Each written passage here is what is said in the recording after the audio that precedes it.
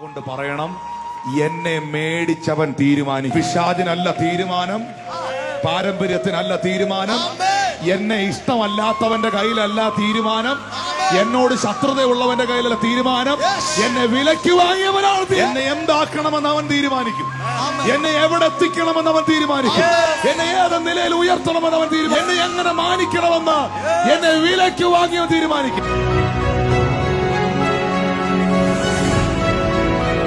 ഗലാത്യർ 3:13-14 വരെ, മരത്തിന്റെ മേൽ തൂങ്ങുന്നവനെല്ലാം ശപിക്കപ്പെട്ടവനെന്ന് എഴുതിയിരിക്കുന്നത് പോലെ ക്രിസ്തു നമുക്ക് വേണ്ടി ശാപമായി ന്യായപ്രമാണത്തിന്റെ ശാപത്തിൽ നിന്ന് നമ്മെ വിലയ്ക്ക് വാങ്ങി. എന്ത് കൊടുത്താണ് യേശു എന്നെ മേടിച്ചത്? നിങ്ങൾ ആ കാഴ്ച ഒന്ന് കണ്ടേ. നിങ്ങളൊരു കടയിൽ പൈസ കൊടുത്ത് ക്യാഷ് കൗണ്ടറിൽ നിന്ന് ക്യാഷ് കൊടുത്ത് ആ കവറിൽ നിന്ന് സാധനം എടുക്കുമ്പോൾ നിങ്ങളുടെ കയ്യിൽ നിന്ന് ക്യാഷ് മേടിക്കുന്നത് പോലെ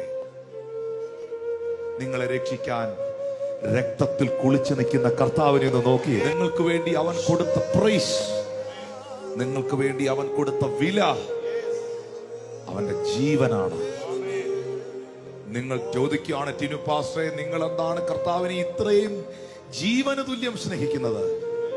ഞാൻ എന്റെ ജീവന് തുല്യം കർത്താവിനെ സ്നേഹിക്കുന്നതിന്റെ കാരണം അവന്റെ ജീവൻ നൽകി അവൻ എന്നെ വീണ്ടെടുത്തത് കൊണ്ട്. കൊണ്ട് പറയണം, എന്നെ മേടിച്ചവൻ തീരുമാനിക്കും. പിശാചിനല്ല തീരുമാനം, പാരമ്പര്യത്തിനല്ല തീരുമാനം, എന്നെ ഇഷ്ടമല്ലാത്തവന്റെ കയ്യിലല്ല തീരുമാനം, എന്നോട് ശത്രുതയുള്ളവന്റെ കയ്യിലല്ല തീരുമാനം. എന്നെ എന്താക്കണമെന്ന് അവൻ തീരുമാനിക്കും.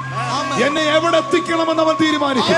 എന്നെ ഏത് നിലയിൽ ഉയർത്തണമെന്ന് അവൻ തീരുമാനിക്കും. എന്നെ എങ്ങനെ മാനിക്കണമെന്ന് എന്നെ വിലയ്ക്ക് വാങ്ങിയവൻ തീരുമാനിക്കും. പിശാചിന്റെ എല്ലാ ഡിസിഷനെയും, പിശാചിന്റെ എല്ലാ പദ്ധതിയെയും, നിന്നെ ഇഷ്ടമല്ലാത്ത അസൂയാലുവിന്റെ എല്ലാ കള്ള സ്വപ്നങ്ങളെയും സകല പദ്ധതികളെയും യേശുവിന്റെ നാമത്തിൽ ഞാൻ ക്യാൻസൽ ചെയ്യും.